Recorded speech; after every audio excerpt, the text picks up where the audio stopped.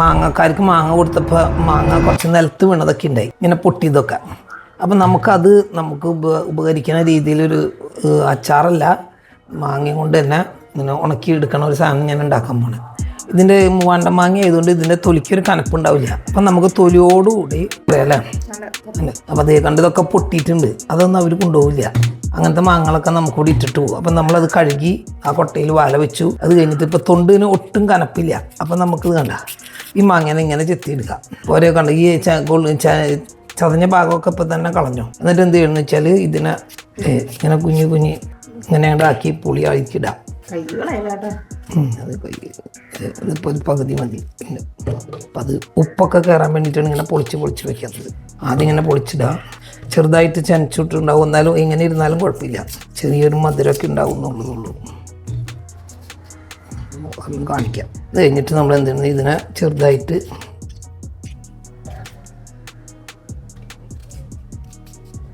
ഇതിൽ നമുക്ക് ഉപ്പ് ആദ്യം ഉപ്പിട്ട് പിടിക്കണം. അത് കഴിഞ്ഞ് കഴിഞ്ഞാൽ രണ്ട് മൂന്ന് അല്ലെങ്കിൽ 2 ദിവസം കഴിയുമ്പോഴേക്കും ഇതിൽ നമുക്ക് മുളക് പൊടി അച്ചാർ പൊടിയൊക്കെ ഇട്ടിട്ട് രണ്ടാമത് ഉണക്കണം. ഇത് ഉപ്പ് പിടിക്കാൻ വേണ്ടിയിട്ട് ആദ്യത്തെ ദിവസങ്ങളിൽ നമ്മൾ ഇങ്ങനെ ആക്കി വെച്ചിട്ട് കല്ലുപ്പ് ഉണ്ട്. ഇപ്പം തന്നെ അത് ഉണ്ട്. ഇപ്പം തന്നെ ചതഞ്ഞ പിഞ്ച് പഞ്ചറായി തുടങ്ങി ചെത്തി.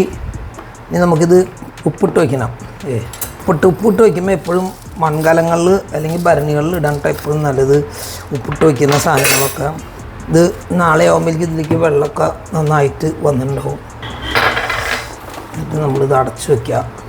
ഇതിലിപ്പോൾ നാളെ കാലത്തേക്ക് ആകുമ്പോഴേക്കും ഇതിൽ വെള്ളം ഇറങ്ങി നല്ല ഇത് ഉപ്പൊക്കെ നിറഞ്ഞിട്ടുണ്ടാവും. ഇല്ലെങ്കിൽ ഒരു ദിവസം കൂടുതൽ വെച്ചാലും ഇത് കുഴപ്പമില്ല, നന്നായിട്ട് ഉപ്പ് പിടിക്കണ വരെ നാളെയും കഴിഞ്ഞ് മറ്റൊന്ന് എടുത്ത് നമ്മൾ ഇതിൽ നിന്ന് വാരി വെയിലത്തേക്ക് ഇടണേ. മാങ്ങ ഇതിൻ്റെ ഉപ്പൊന്നും അലിഞ്ഞിട്ടില്ല. അപ്പം നമ്മൾ ഇന്ന് എടുത്തിട്ട് എന്ത് ചെയ്യണം, ഇതിങ്ങനെ ഒന്ന് കുലുക്കി അടച്ചു വയ്ക്കാം. നാളേക്ക് ഒന്ന് വാടും. അപ്പം നമുക്ക് നാളെ എടുത്ത് വെയിലത്ത് ഇടണം. എന്നിട്ട് വേണം ബാക്കി കാര്യങ്ങൾ ചെയ്യാൻ. ഇത് മാങ്ങ ഇപ്പം നമ്മൾ 1.5 ദിവസമായി. മിനിയാന്ന് ഉച്ചയ്ക്ക് വെള്ളത്തിലിട്ടതാണ്. അപ്പം ഇന്ന് നമ്മൾ എടുത്ത് ഇന്ന് വെയിലത്ത് ഇടണം. വെള്ളം അതിൻ്റെ ഉള്ളിലേക്ക് തന്നെ ഇട്ടേക്കാം. വലിയൊരു പ്രശ്നം ഇങ്ങോട്ട് ഇതിൽ മാങ്ങയുടെ ഉപ്പിട്ട വെള്ളം ഇരിക്കണണ്ട.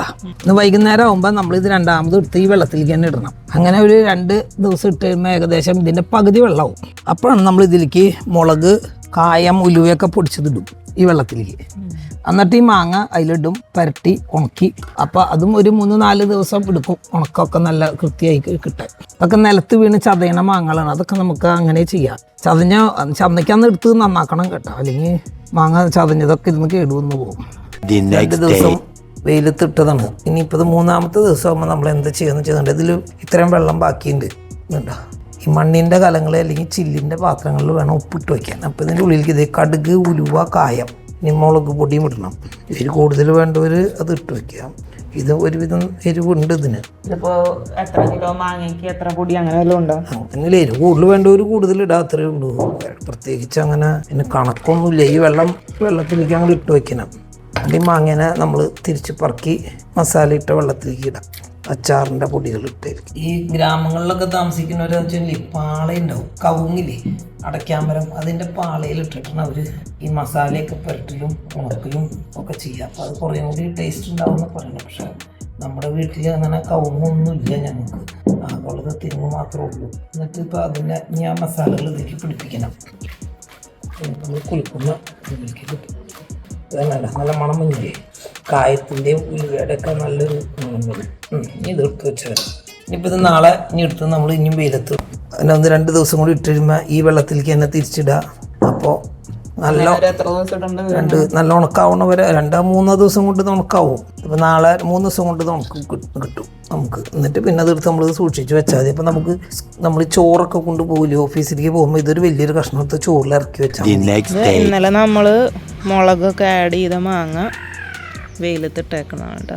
കാണുമ്പോൾ തന്നെ തിന്നാൻ തോന്നുന്നുണ്ട്. നല്ല മണമൊക്കെ ഉണ്ട്. ഒന്ന് ഉണങ്ങണം. എന്നിട്ട് പിന്നെയും ആ വെള്ളത്തിൽ തന്നെ ഇടണം. നമ്മൾ വീണ് കിട്ടിയ മാങ്ങകളില്ലേ, അതൊക്കെ നമ്മൾ അച്ചാറിൻ്റെ പൊടിയൊക്കെ ഇട്ട് ഉണക്കിയതാണിത്. ഇതിൽ മുളക് പൊടിയും ഉലുവ, കായം ഒക്കെ ഇട്ട് നല്ല ഉണക്കായിട്ടുണ്ട്. ഇപ്പോൾ കണ്ടോ.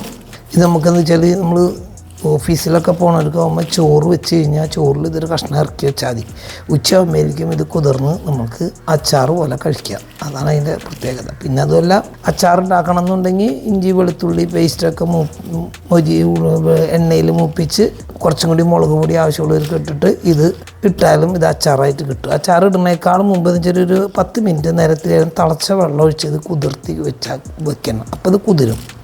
എന്നിട്ടാണ് നമ്മൾ അച്ചാറിടുമ്പോൾ എടുക്കാൻ പാടുള്ളൂ. മറ്റേ ചോറിന് മുമ്പ് ഞാൻ പറഞ്ഞില്ല, ഒരു 10 മിനിറ്റ് നേരം കുറച്ച് വെള്ളം തിളപ്പിച്ചതിലേക്ക് ഇതിട്ട് വയ്ക്കുക. അപ്പോൾ നല്ലോണം കുതിരും. പിന്നെ ആ വെള്ളത്തോടു കൂടി നമുക്ക് അച്ചാറിലേക്ക് ഇടാം. വെളുത്തുള്ളി ഇഞ്ചി പേസ്റ്റൊക്കെ ഇട്ടിട്ട് നമ്മൾ എണ്ണയിൽ വഴറ്റി മുളക് പൊടി കൂടുതൽ വേണമെന്നുണ്ടെങ്കിൽ ഇടാം. ഇതിപ്പോൾ ഇതിലധികം മുളക് പൊടി വന്നിട്ടില്ല നമുക്കൊക്കെ. ഇതിപ്പോൾ എന്ന് വെച്ചാൽ അങ്ങനെ തിന്നാൻ പാകത്തിന് ഉണ്ടാക്കിയതാണ്. വെറുതെ പറക്കിയായാലും ഞാൻ നടക്കുമ്പോഴിരിക്കുമ്പോഴൊക്കെ ഒന്ന് അച്ചാറൊക്കെ ഇല്ലാണ്ടാകുമ്പോൾ അങ്ങനെയൊക്കെ നമുക്ക് തിന്നാൻ പറ്റുന്നത് ഉലുവയും കടുകും കായൊക്കെ ഉള്ളിൽ ചെന്നൊരു ടേസ്റ്റ് ഉണ്ടായിരുന്നു. ചോറിൽ വെച്ച് കഴിഞ്ഞാൽ ഒരു കഷ്ണം എടുത്ത് വെച്ചാൽ ഉച്ചയാകുമ്പോഴേക്കും കുതിർന്ന് നമുക്ക് അച്ചാറ് പോലെ കഴിക്കാൻ പറ്റും.